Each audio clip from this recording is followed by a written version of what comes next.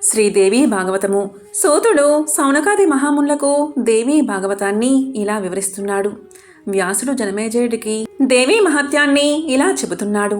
హరిశ్చంద్రుడు కథ వింటూనే మునీంద్ర, హరిశ్చంద్రుడు కొడుకుకు చితిపేర్చాక శతాక్షిని ప్రార్థించాడు అన్నావు కదా, దేవి శతాక్షి ఎలా అయింది, ఆ కథ వినిపించు అన్నాడు జనమేజయుడు.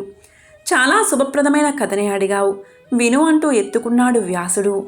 బహుకాలం పూర్వం దుర్గముడు అనే రాక్షసుడు ఉండేవాడు. వాడు బ్రహ్మ గురించి ఘోరమైన తపస్సు చేశాడు.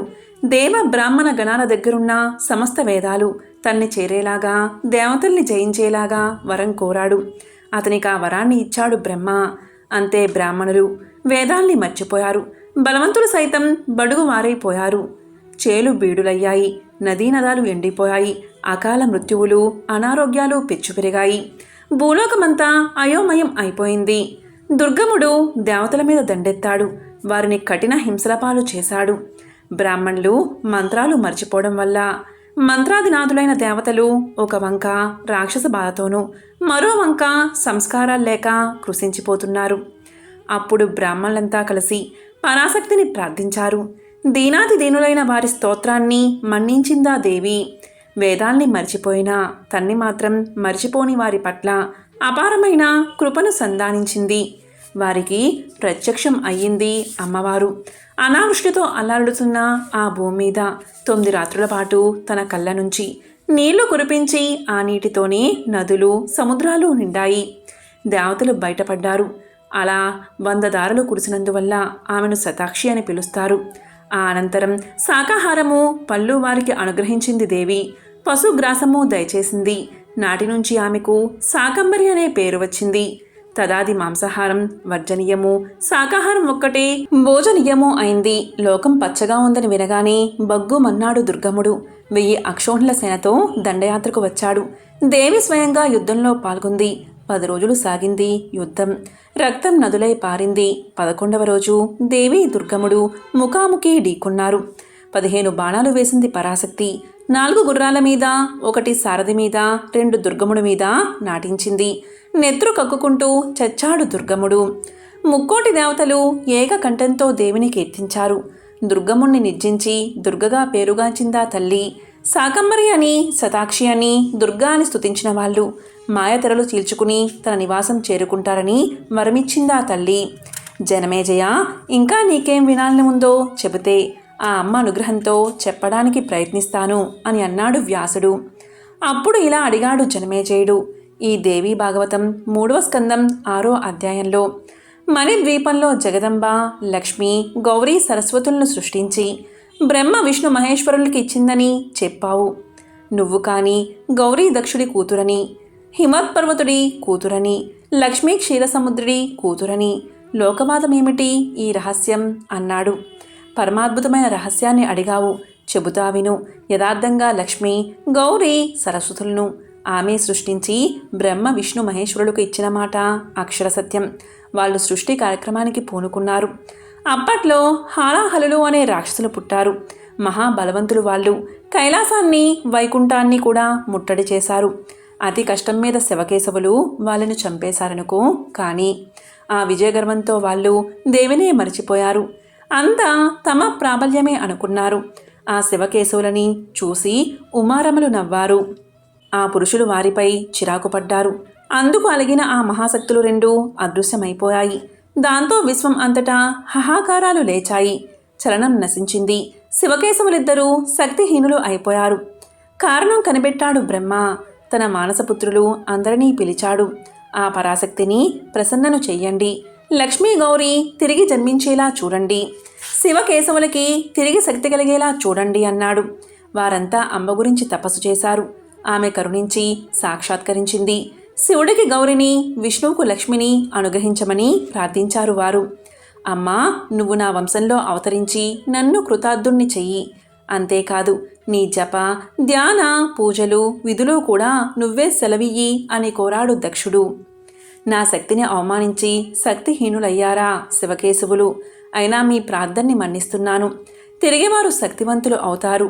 నా శక్తి అంశ గౌరిని ఇంట సతిగా పుడుతుంది. లక్ష్మీ పాలసముద్రంలో పుడుతుంది. నా పూజకు ఒక స్థానమంటూ లేదు. విశ్వమంతా పూజించవచ్చును అని చెప్పి అంతర్ధానమైంది అంబ. అంబ పలికినట్టే శివకేశవులు శక్తివంతులు అయ్యారు. గర్వం లేకుండా తమ పనులు చెయ్యసాగారు.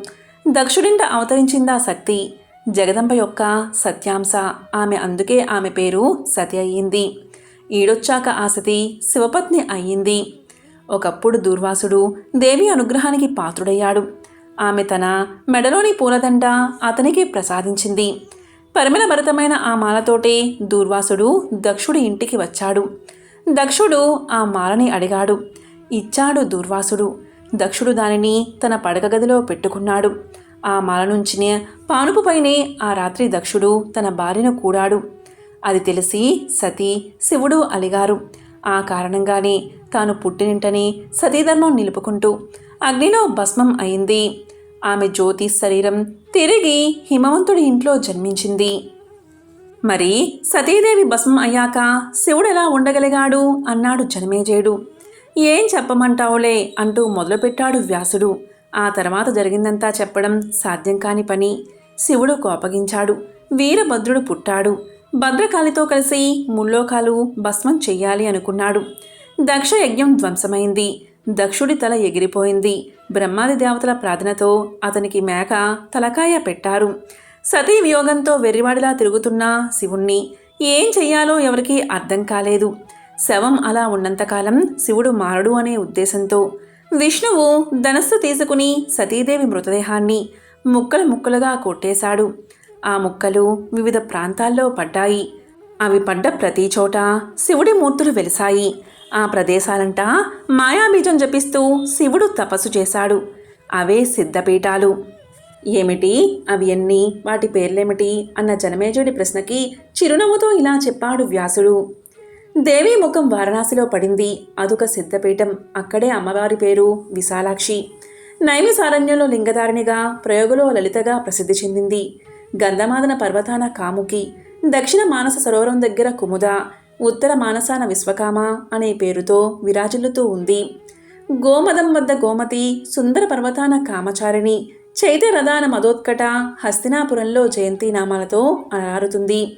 కన్యాకుబ్జంలో గౌరీ, మలయగిరిలో రంభ, ఏకామ్ర పీఠాన కీర్తిమతి, విశ్వంలో విశ్వేశ్వరి, పుష్కరంలో పురుహుతిగాను ఉందా తల్లి, కేదారంలో సన్మార్గదాయిని, హిమాలయ శిఖారాన మందాకిని, గోకర్ణంలో భద్రకర్ణిక, స్థానేశ్వరంలో భవాని, బిల్వకంలో బిల్వపత్రిక, శ్రీశైలంలో మాధవిగాను విరరాడుతుంది. భద్రేశ్వరంలో భద్ర, వరహశైలంలో జయ, కమలాలయంలో కమల, రుద్రకోటిలో రుద్రాణి, కాలంజరలో కాళీ, సాలగ్రామంలో మహాదేవి, శివలింగంలో జలప్రియ అనే పేర్లతో అలరారుతుంది. మహాలింగంలో కపిల, మాకోటంలో మొకటేశ్వరి, మయపురులో కుమారి, సంతానంలో అంబిక, గయలో మంగళ, పురుషోత్తంలో విమల, సహస్రాక్షంలో ఉత్పల, హిరణ్యాల్లో సుోత్పల అనే సంజ్ఞలతో విరాజిల్లుతుంది.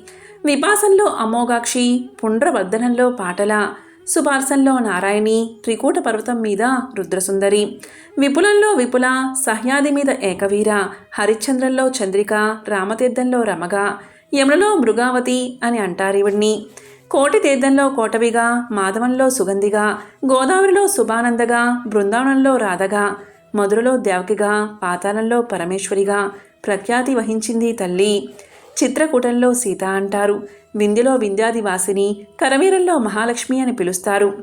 వినాయకంలో ఉమాదేవిగాను, వైద్యనాథంలో ఆరోగ్య అనే పేరుతోనూ, మహాకాలంలో మహేశ్వరిగా చెప్పబడుతుంది. అభయ అనే పేరుతో పుష్టతీర్థంలోను, స్వాహాగా మహేశ్వరీపురంలోను, ప్రచండగా లడంలోను, చండికగా అమరకంటకంలోను, వరారోహిణిగా సోమేశ్వరంలోను, పుష్కరావతి ప్రభాస తీర్థంలోను, దేవమాతగా సరస్వతిలోను, పారావరగా సముద్ర తీరంలోనూ ప్రసిద్ధికెక్కింది.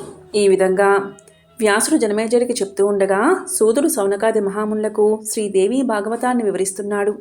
ఓం శ్రీ మాత్రే నమః.